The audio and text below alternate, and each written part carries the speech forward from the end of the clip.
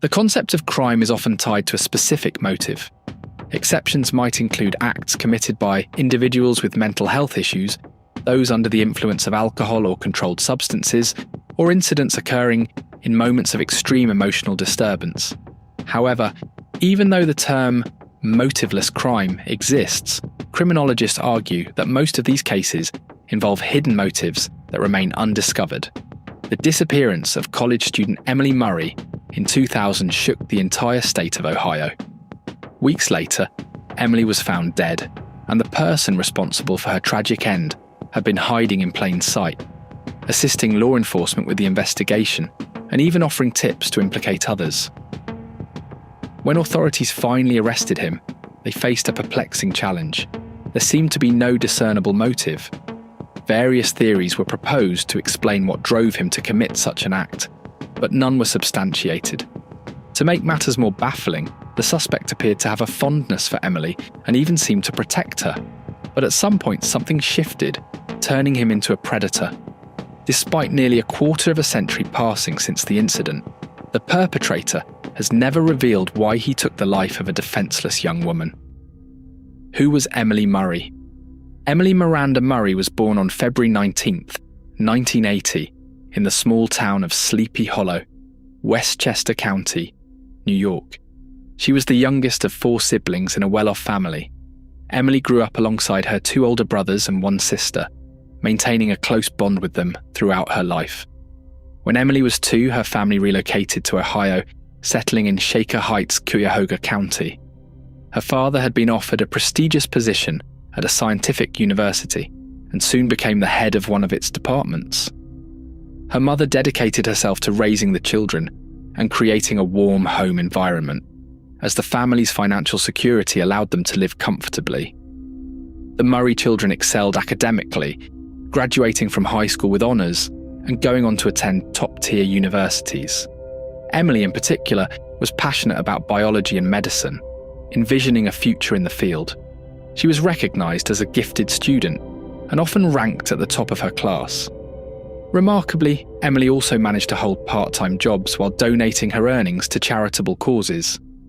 Emily's upbringing was deeply influenced by her parents' devout Christian faith. The family attended church regularly, and Emily followed their example, always eager to help those in need with both words and actions. After graduating high school, she dedicated a year to travelling the world with various humanitarian organisations. This journey took her to New Zealand, Australia, Japan, and several European countries. In 1998, Emily Murray began her studies at Kenyon College in Gambia, Ohio, moving into the campus dorms. Those who knew her described her as someone brimming with life and energy, spreading positivity to everyone around her. Emily was kind, empathetic, approachable, and incredibly driven. At the same time, she had a sensitive side, often showing vulnerability and moments of melancholy. She kept a personal journal where she recorded her innermost thoughts, dreams, and fears. Missing after a night shift. By 2000, Emily had advanced to her junior year in college. Alongside her demanding academic schedule, she remained deeply involved in church-based charitable work and took on evening shifts as a waitress at a local restaurant. Her workload was immense, yet she seemed to handle it all with grace. She even found time to enjoy her personal life, attending social gatherings that she cherished. However, it would soon become clear that not everything in her life was as seamless as it appeared. On the morning of Tuesday, November 3rd, 2000, Emily's 2 dorm roommates woke up to find her bed empty. They were puzzled. Emily was always considerate and let them know if she planned to stay elsewhere overnight. Her restaurant shift had been scheduled to end at 2 a.m, so they assumed she might have stayed late at work or gone straight to class. But when they noticed that her textbooks and notes were still on her shelf, things began to feel unusual. The roommates went about their morning, heading to their lectures while asking friends if anyone had seen Emily. It turned out no one had seen her since the previous day, and she hadn't shown up for any of her classes.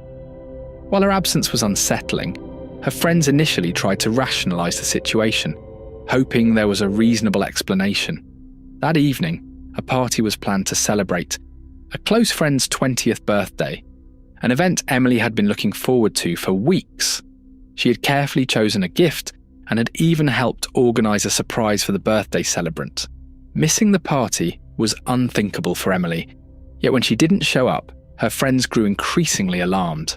Desperate for answers, they reached out to Emily's family, thinking she might have returned home due to an emergency. Her parents were shocked and distraught upon hearing she had vanished. That same night, they drove to Gambia to join the search, determined to find out what had happened to their daughter. By morning, the Murrays, along with their older children, had arrived at the campus, frantically trying to figure out what could have happened to their youngest daughter. By that time, word of Emily's disappearance had spread throughout the college community. Multiple groups of volunteers, friends, and classmates were searching for her, but there were no signs. She seemed to have vanished without a trace. It was soon discovered that Emily's car, a dark green Subaru Outback, gifted by her father for her 20th birthday, was also missing. The Murrays' first move was to contact campus security, reporting that one of the students was missing and requesting help organising a search effort. However, their concerns were met with indifference. Security staff dismissed their worries, suggesting that Emily was likely spending time alone with a boyfriend and would return soon. Despite the family's insistence that Emily would never leave without notifying someone, they were advised to wait a little longer. More than 24 hours had passed since Emily had last been seen, and her family was growing increasingly desperate. Realising campus security would be of no help, they filed a missing person report with the local police. To their shock, law enforcement initially seemed to downplay the situation as well, speculating that Emily might have gone off on her own or decided to take an unannounced break. After all, they reasoned, she was a 20-year-old college student who didn't need to account for her every move. Still, the police eventually agreed to inspect Emily's dorm room. That's when they discovered she had left behind her ID, bank cards, and personal belongings. She had been last seen wearing her work uniform from her restaurant shift, which suggested she hadn't changed clothes since leaving her job. This raised serious doubts about the idea that she had gone off to spend time with a boyfriend or taken an impromptu break. It seemed highly unlikely that Emily would leave without money or essential items. Her last day at work. Emily was officially declared a missing person on the second day after her disappearance. By then, her family, friends, and concerned members of the community were already conducting their own searches, distributing flyers with her photo around town and combing the surrounding areas. The investigation began at the restaurant where Emily had last been seen. Located just across the street from the campus, the restaurant, called the Pirates Cove, was a popular hangout for students thanks to its convenient location and affordable menu. It quickly came to light that Emily's shift that night was her last. She had quit her job that evening. Overwhelmed by her rigorous schedule, she had decided to cut back on her responsibilities. Between her demanding coursework, volunteer work at the church, and part-time evening shifts, she had been struggling to manage everything. Her packed schedule had also taken a toll on her personal life. Just a month earlier, she had ended her relationship with her boyfriend, Adam, because they rarely had time to see each other. That evening, many of Emily's friends stopped by the Pirates Cove to support her on her last day at work. However, no one stayed too late since they had classes the next morning. Her shift officially ended at 2 a.m, but Emily stayed an additional 30 minutes to finish up some tasks. This meant her co-workers were the last to see her, and it was their accounts that the police would rely on to piece together the night's events. Emily wasn't alone during those final moments at the restaurant. Her friend Olivia, who also worked as a waitress, and a bartender named David Cale were there with her, helping to close up. Together they cleaned up the dining area and finished around 2:45 a.m. Shortly afterward, everyone began heading home. This was corroborated by Gregory McKnight, a 24-year-old cook, who was the last to leave and locked up the restaurant at 3:15 a.m. None of her co-workers noticed anything unusual. Emily behaved like her normal self, kind, cheerful, and polite. She didn't mention any plans for the rest of the night and told them she was simply heading back to her dorm to get some sleep before her morning classes. A troubled spirit beneath the smile. When investigators searched Emily's dorm room, they found her personal journal, which contained troubling entries. Despite her upbeat and friendly demeanour, Emily had been battling a prolonged period of depression, something she had kept private and tried to manage on her own. Known for being sensitive and empathetic, Emily often internalized the pain and suffering of others, a quality that made her deeply compassionate, but also emotionally vulnerable. Through her charitable work, Emily was regularly exposed to the harsh realities of life, including stories of injustice and cruelty. She poured her energy into helping those in need, but it frustrated her to feel powerless against the larger forces of the world. In her journal, she wrote about how overwhelming these emotions could be and how difficult it was for her to cope with the weight of her empathy. While the journal contained no direct references to plans of self-harm or taking drastic measures, detectives could not entirely rule out the possibility that Emily might have decided to step away from her life. This theory deeply upset Emily's family and close friends. They strongly refuted the idea, insisting that Emily's faith was a central part of her life and that she would never consider such an act. She was a deeply religious person, and her belief system regarded such actions as an unforgivable sin. Furthermore, Emily had ambitious plans for her future, which she had outlined in her journal. In one entry, she sketched a picture of her dream life: a large home, herself, her future husband, their 5 children, and a dozen dogs. She aspired to build a life centered around love, family, and community, a goal that seemed to motivate her every day. Since Emily had disappeared along with her car, investigators initially considered the possibility of her running away. They theorized that, in light of her struggles with depression, she might have decided to leave town to reflect on her life. Her recent breakup with her boyfriend and resignation from her job could have exacerbated her emotional challenges, making this a plausible explanation for her disappearance. The first suspect.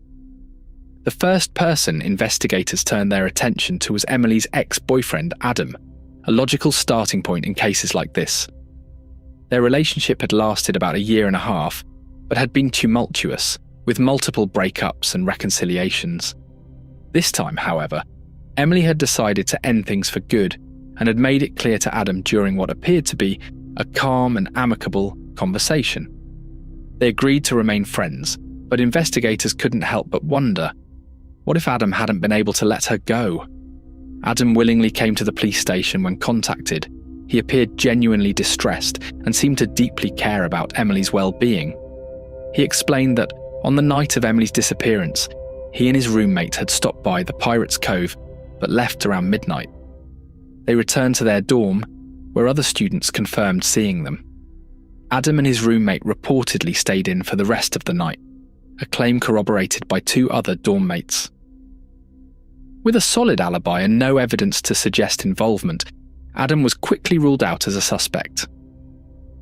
A workplace romance. Investigators then turned their focus to Emily's co-workers.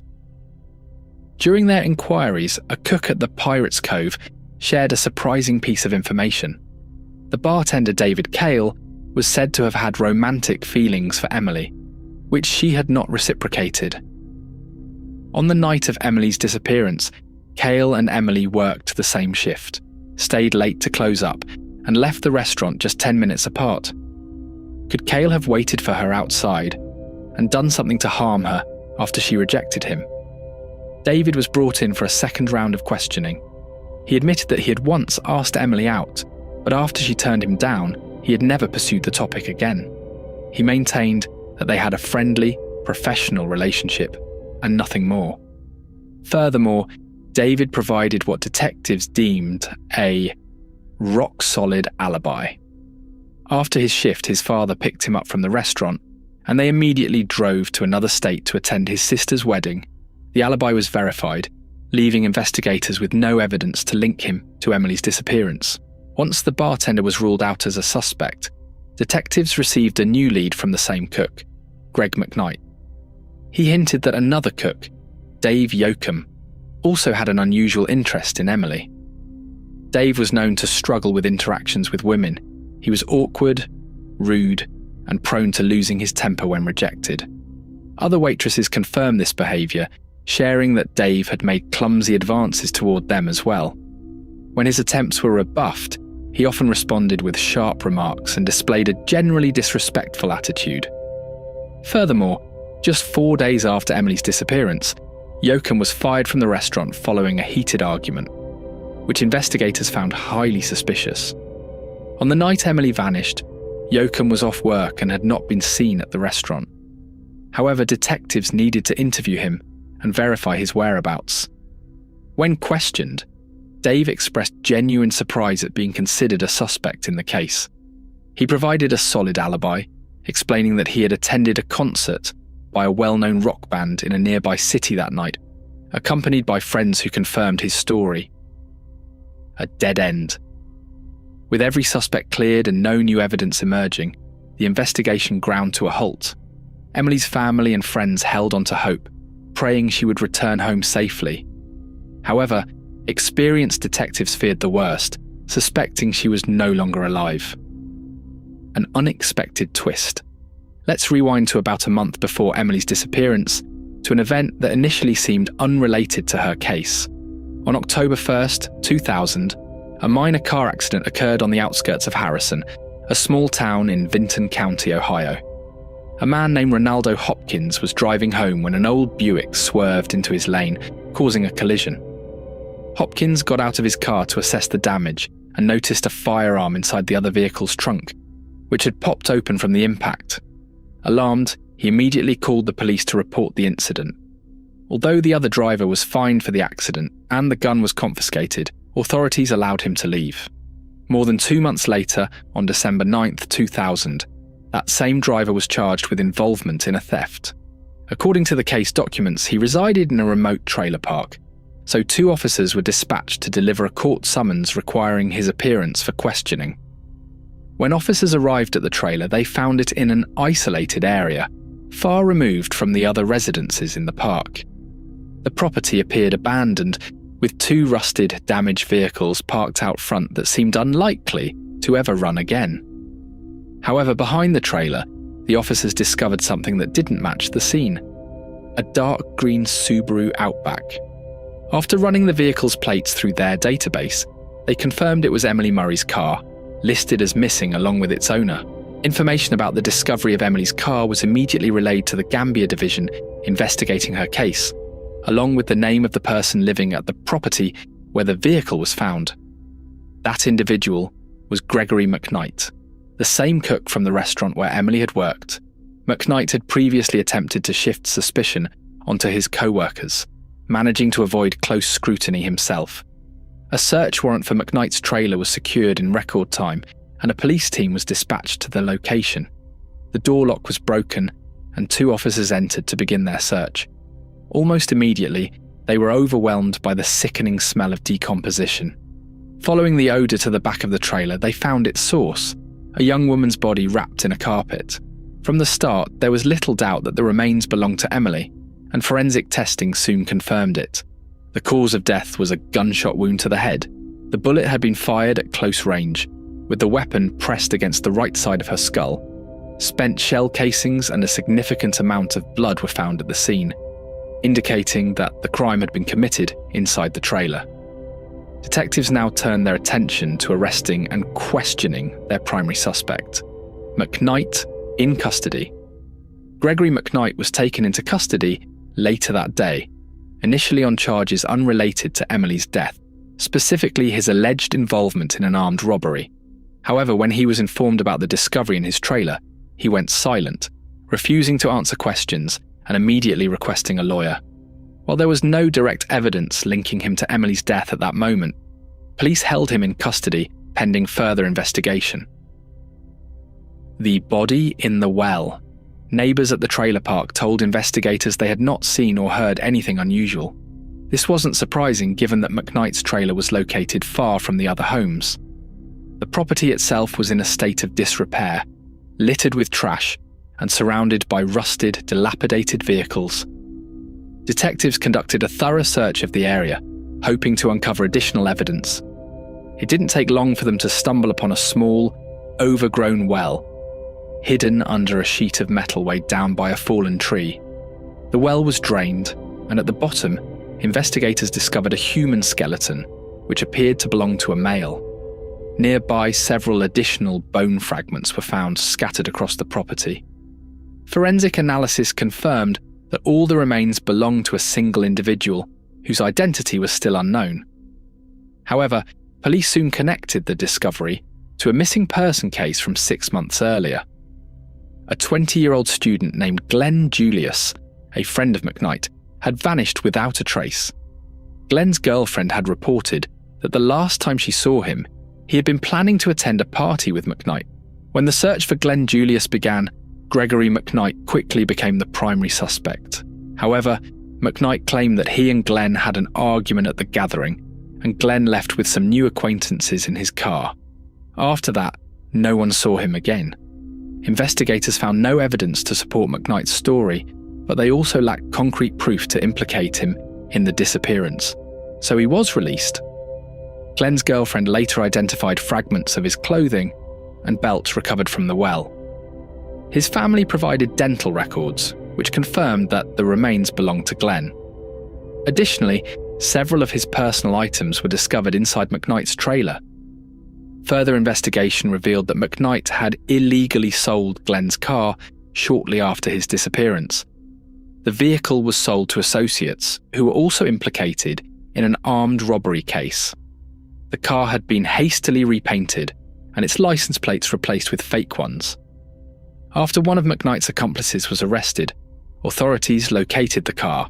In the trunk, they found significant traces of cleaned-up blood that, upon forensic testing, were confirmed to belong to Glenn. This suggested that Glenn, either wounded or already deceased, had been transported in the trunk. Glenn's body had been partially dismembered, and the work had been done crudely, likely using makeshift tools. Deep scratches on the bones resembled marks left by a saw. Inside McKnight's trailer, investigators found a shovel, an axe, and several other tools, all of which were taken for forensic examination. It was conclusively determined that the axe had been used during the dismemberment, though other tools left unidentifiable marks. Who was Gregory McKnight? Gregory McKnight was born on November 12, 1976, in an underprivileged suburb of Columbus, Ohio. He grew up without a father in a large, struggling family where everyone had to fend for themselves. McKnight started stealing as a young boy, first catching the attention of law enforcement at age 14. By the time he was 15, he had committed his first fatal crime during a botched robbery. Because McKnight had accomplices who were older, the jury showed leniency towards him, and he received a relatively light sentence. He was sentenced to just 6 years and was sent to a juvenile detention facility. In 1997, he was released and soon married a woman named Catherine, who later gave birth to 2 children. The couple lived with Catherine's parents for a while until McKnight saved enough money to buy his trailer. However, the move to their new residence never happened. In May 2000, Gregory McKnight committed the crime of killing Glenn Julius, hiding his remains in the well behind his trailer. Then, in November of that same year, he kidnapped and killed Emily Murray, leaving her body to decompose inside the trailer. Catherine's suspicion. During questioning, McKnight's wife Catherine admitted that she had grown suspicious about the trailer. Her husband frequently went there alone and refused to let her visit, or even approach the property. She assumed he was using the space to meet lovers or to harbour his criminal associates, who might have been hiding from the law. She had considered many possibilities, but the idea that he was storing human remains there never crossed her mind. Trial and sentence. Although the evidence against McKnight was extensive, most of it was circumstantial. Authorities were unable to determine exactly how and where Julius had been killed. As a result, the prosecution could not seek the death penalty for that particular crime. Emily's case seemed more straightforward. Her body was found at the scene, with clear traces linking both her and McKnight to the trailer. However, the murder weapon was never recovered, and there was no apparent motive for such a cruel act. Emily had not been subjected to any form of assault, was not robbed, and even her car was abandoned behind the trailer. The question remained, why would McKnight commit such a horrific crime against the young college student? Numerous co-workers testified that McKnight had always behaved respectfully toward Emily. He was described as polite and, on one occasion, had even stepped in to protect her from an intoxicated customer who had acted inappropriately toward her. McKnight himself refused to cooperate with investigators. He denied all charges and provided no details about either crime. The prosecution argued that after Emily's restaurant shift, McKnight had lured her into a trap. He might have asked her for help, knowing she was kind and trusting, and Emily, unaware of the danger, couldn't refuse. Once inside the trailer, he may have expressed romantic feelings for her, but when she turned him down, he flew into a rage and committed the crime. The defense attempted to argue that McKnight was mentally unfit, but a psychiatric evaluation concluded that he was fully aware of his actions and could be held responsible. Switching tactics, McKnight's attorneys tried to paint Emily as a deeply depressed individual with self-destructive tendencies, claiming McKnight merely assisted her in fulfilling a supposed wish to die. This argument was met with outrage from Emily's loved ones and failed to sway the court. The verdict. In 2002, Gregory McKnight was found guilty of 2 counts of first-degree murder, kidnapping, and involvement in armed robbery. He was sentenced to death by lethal injection and sent to death row to await execution. All appeals and requests for clemency were denied. In 2015, Gregory McKnight requested that his sentence be carried out, stating that he would rather die than rot in prison while waiting for execution. However, he soon changed his mind and attempted to appeal the sentence once again, but his efforts were unsuccessful. In 2020, McKnight filed a legal complaint, alleging racism and unfair treatment during his trial. He claimed that both the judge and the jury members were white and had shown bias against him, resulting in what he argued was an excessively harsh punishment. As of today, Gregory McKnight remains on death row, awaiting execution.